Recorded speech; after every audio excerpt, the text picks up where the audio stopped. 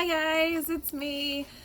So I'm a little tired, so I'm probably gonna have to use my notes quite a bit tonight, but wanted to reach out, one, because the press conference today, don't know if you heard it, but Governor DeWine was actually talking about essential surgeries versus elective surgeries, and I don't know if you took the same take on it that some of our surgeons did. So I wanted to make sure that I got a hold of you and just cleared a few things up.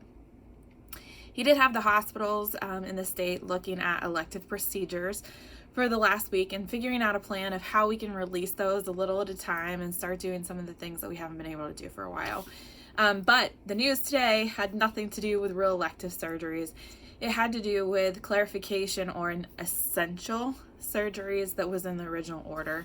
Dr. Acton is going to be putting out a new order. Haven't seen it yet, but essentially what they were saying is that all of us overcorrected from the original plan of what we were considering essential. They didn't want people whose quality of life was being affected or whose condition was worsening being affected and being postponed for surgeries. And they definitely didn't want people that were having diagnostic procedures to be postponed for surgery. So it's more clarifying that for at least the initial phase. They're still getting things in place about what it's going to look like to do business going forward. But we have all kinds of things that we're actually looking at and trying to get ready for when we can open. As of this weekend, QM is going to be meeting on Saturday to start developing that plan and recommendation for the board. Board's going to meet early next week, so hopefully I'll have some more information of what that might look like as soon as we're cleared and allowed to do that. So stay tuned on that one. But we want to make sure that you're safe, that the patients that are going to be in the building, the family members that are going to be in the building stay safe the whole time. So that's sort of the objective of that. Sorry, I'm going to say a lot. I'm really tired. We are actively working. One of the things to get back open, we're trying to find testing for the patients before they come in because we think that's essential on some of the surgeries, at least initially, until more information is known about the virus. Wanted to give you some reduced schedules. For those of you that haven't been in and you've been working from home for a while, what you don't know is last week I actually took the people that were coming in and lessened it even more. Mindy's no longer going to be here on Thursdays. For PAT, it is just Brenda Shepard now. She's here on Monday, Tuesday, Wednesdays. For the front business office, it is just Becky. She is here Tuesday, Wednesday, Thursday, and she's doing all the essential functions that the admin and receptionist would have done, and also scheduling and pre-cert would do. And everybody else has been sent home to have more people working at home just to decrease the numbers. Part of the reason for this is I'm trying to make sure, it's not that I don't think we're doing anything safe. I definitely think we are. But as the social distancing was living longer and longer of our lives, people were having a harder time staying away from each other. I'm really sort of enforcing one person sit at each table in the lunchroom and all of these things. And the main goal of that is to make sure that when we can open back up, that you guys are healthy and raring to go. So we're just trying to keep everybody ready to go for the minute that we can do this.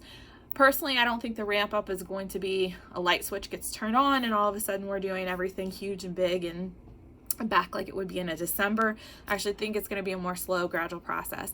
But just like the governor is telling people to try to prepare to get ready for the opening of businesses and different things to protect their staff, things that we already have in place, I'm asking you guys to start preparing and thinking about, do you have daycare? Do you have huge safety concerns? Do you have anything like that? So we can try to work through some of that because obviously we're going to need bodies to do surgeries, and I need to know who definitely potentially can't be here or how much notice you're going to need to be able to do that. For the linen and the cleaning, we're trying to save money. So we've reduced the amount of times that we're having services come. So if you are somebody, i.e. Brenda, Becky, managers that are here during the week, we are only doing cleaning services on high touch areas on Tuesdays, on everything on Wednesdays and Thursdays. But essentially what that means is any trash that's in the building that has food or anything in it, we need those in the main lounge and not spread all over the building. Obviously the main women's locker room is fine, but if we could isolate trash to the women's locker room into the lounge. And then also linens now is only coming once a week on Mondays. These are cost savings based on the lower thing. We can ramp them back up as we go. Pathology also, if we're doing any surgeries on the days that we are doing surgeries on Thursdays and it needs pathology, there's not routine pathology service now, so we're going to need to call like we would for a stat pickup for those. We can wait and call once a day if it's not a stat pickup, or call as a stat pickup, either one, but they're not just routinely coming just because we're not doing surgery most of the time. Let's see here. I think those are the main things I wanted to cover, with the exception of profit sharing. This one actually had slipped my mind, and now I've heard it twice, so I'm afraid that a lot of you are thinking about it. So I wanted to be perfectly clear. There won't be profit sharing this quarter, mainly because we're not doing any profit. That includes the surgeons. They're not getting distributions.